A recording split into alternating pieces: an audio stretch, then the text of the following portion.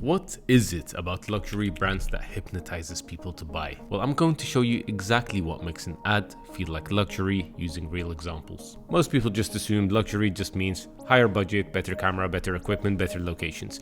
That much we already know. I'm gonna go much deeper and tell you what psychologically triggers the human brain into thinking, oh, this must be a luxury brand. In case you're new here, my name is Aus. I run Hyperfilm. It's a production company that's worked with some of the world's biggest brands, including Gucci, including Tommy Hilfiger, and including Cartier, and more. Now, we've worked on some really high budget stuff, but not all of it came out as a luxury ad. And why is that? It's because they weren't designed to look that way.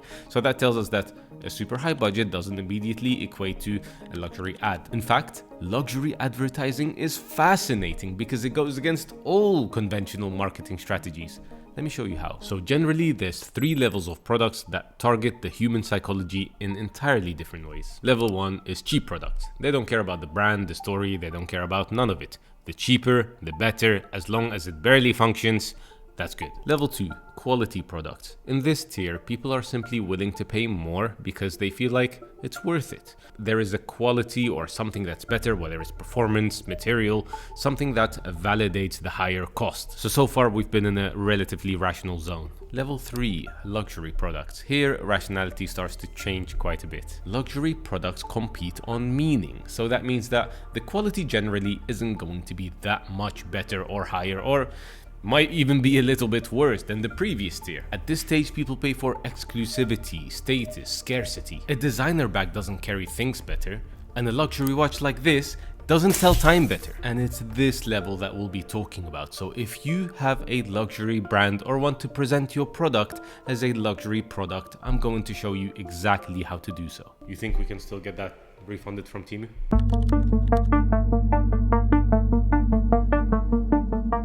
Often brands try to make their product look expensive, but the right way to do it is to make a luxury world that your product fits within.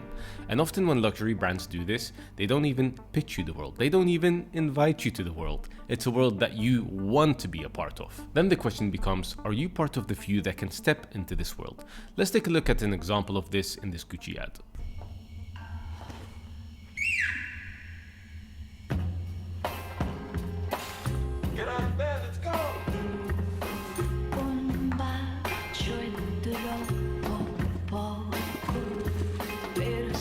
Almost looks like a prison cell, no? It is, right? A motel. Ah, yeah. Well, if you ever see how jails are built, that's how it actually looks as well. In fact, I bet you they might have done that. Yeah.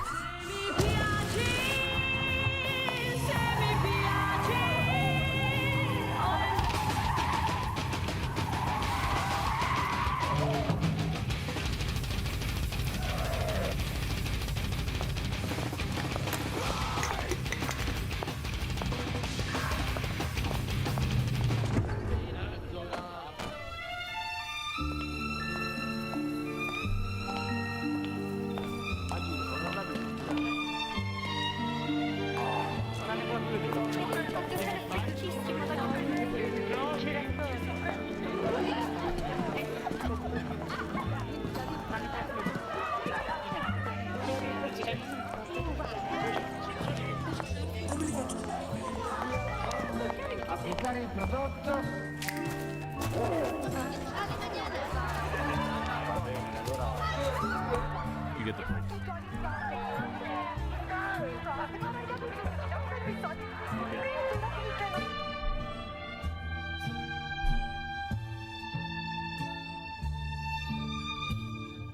But wait, where was the part where they tell us how much it costs? Where was the part where they tell us how to buy it on their website? Where was the part where they tell us what the materials were made out of? It's not there. And that's the point. They just show you the world that they live in, and you can choose to be a part of it. So now when I buy a pair of Gucci boots, yes, I've got some new boots, but I also have access to this world that I previously never had access to. So now these boots carry along with them a sense of coolness, a sense of exclusivity, a sense of worth, honestly. So when selling a luxury product, you do have to think about what else comes along with this item, what sort of feelings, what sort of emotions. All that for the low price of 800 bucks. And that's what makes it worth more. Having said that, the world on its own is not enough. Anyone can get a nice location, hire models, use nice music. What's really essential is understanding the art of restraint.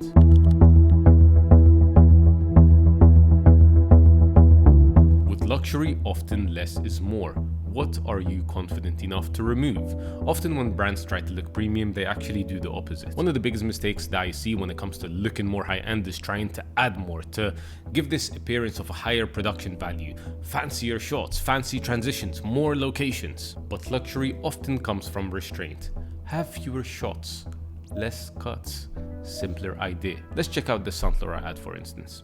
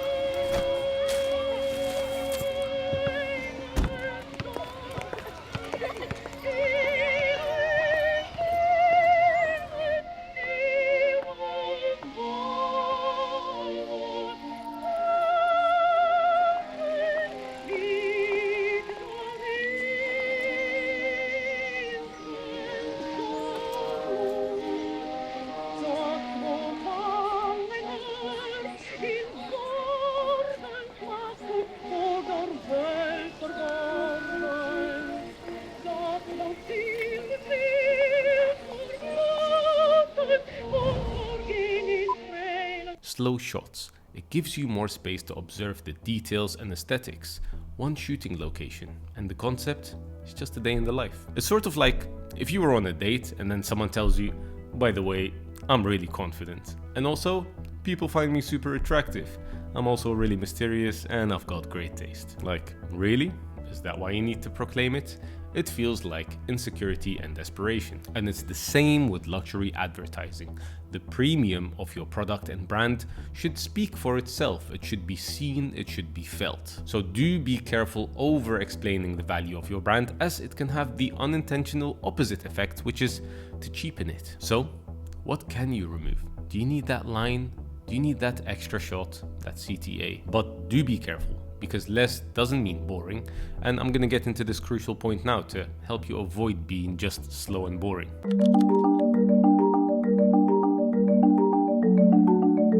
You'll notice that often these high-end ads tend to have a ton of views online, and I can tell you now, it's not just luxury goods enthusiasts. It's because they are genuinely good to watch, like watching the best part of a short film, let's say. With ads, they're always asking you for something, right? They're asking for your time, they're asking for your attention, and ultimately they're asking for your money. With luxury ads, it's not like that. It doesn't feel like that. It's like they're giving you something. They're giving you a high-end piece of art for free. And if you wish to further engage with those who made that art, there's a price attached to it. I had mentioned at the beginning how fascinating I find these ads because they throw away all conventional marketing strategies, and this is what I mean. This is how ads typically tend to go, right? Target the person that your product is for, then show your product, and then show how your product solves that problem. Then show proof that your product solves that problem, and then a simple call to action. Luxury ads tend to go against all of that. They actually start off by excluding the majority of people. There is no problem to highlight. They then tell you a story that their product happens to be a part of, and then they end the story. And that's a huge part as to why they're so enjoyable to watch on their own. They don't demand anything of you. Now, to do a true in-depth breakdown of how to write a story for a luxury ad will probably require a separate video, which I can do if you guys are interested. However, for now, you at least have the main principles for what differentiates a luxury ad from a regular ad. I've been inside the offices of these luxury brands. I've spoken to the people in charge of the marketing.